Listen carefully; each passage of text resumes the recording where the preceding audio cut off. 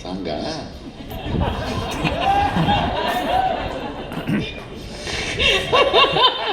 ಹೀಗೆ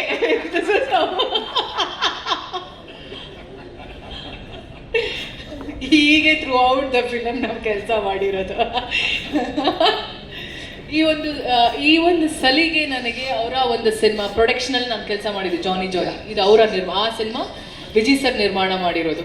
ಸೊ ಆ ಸಿನಿಮಾದಲ್ಲಿ ಕೆಲಸ ಮಾಡಿದಾಗ ಇರುವಂಥ ಒಂದು ಬಾಂಡಿಂಗ್, ಆ ಒಂದು ಫ್ರೆಂಡ್ಶಿಪ್ ಈ ಸಿನಿಮಾದಲ್ಲಿ ಹಾಗೆ ಕಂಟಿನ್ಯೂ ಆಯಿತು. ಇನ್ಫ್ಯಾಕ್ಟ್ ಅವರು ತುಂಬ ಟೆನ್ಷನ್ ಆಗ್ಬಿಟ್ಟಿದ್ರು, ಹೆಂಗೆ ಮಾಡ್ತಾರೆ ರಚಿತಾ ಈ ಪಾತ್ರನ, ಹೆಂಗೆ ಮಾಡ್ತಾರೆ ಅಂತ. ಸಿನಿಮಾ ಸ್ಟಾರ್ಟಿಂಗ್ ಶೂಟಿಂಗ್ ಟೈಮಲ್ಲಿ ಈ ಸಾಂಗ್ ಹೆಂಗೆ ಮಾಡ್ಬೋದು, ಹೆಂಗೆ ಮಾಡ್ತಾರೆ ಹೆಂಗೆ ಮಾಡೋಣ ಅಂತ ಪ್ರಶ್ನೆ ಇದ್ದಿದ್ದು, question mark.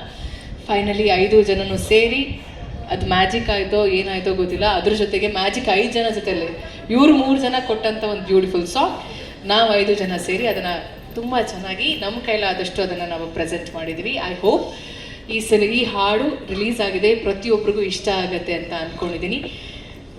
Thank you so much. ನಿನಗೆ ಹೇಗೆ ಅನ್ನಿಸ್ತಪ್ಪ ಸಾಂಗ್? ನಂಗೆ ತುಂಬ ಇಷ್ಟ ಆಯಿತು, ತುಂಬ ಮುದ್ದಾಗಿದೆ. ಈ ಹಾಡು ಎಲ್ಲ ಕಪಲ್ಸ್ಗೆ ಡೆಡಿಕೇಟ್ ಮಾಡೋದಕ್ಕೆ ಇಷ್ಟಪಡ್ತೀನಿ.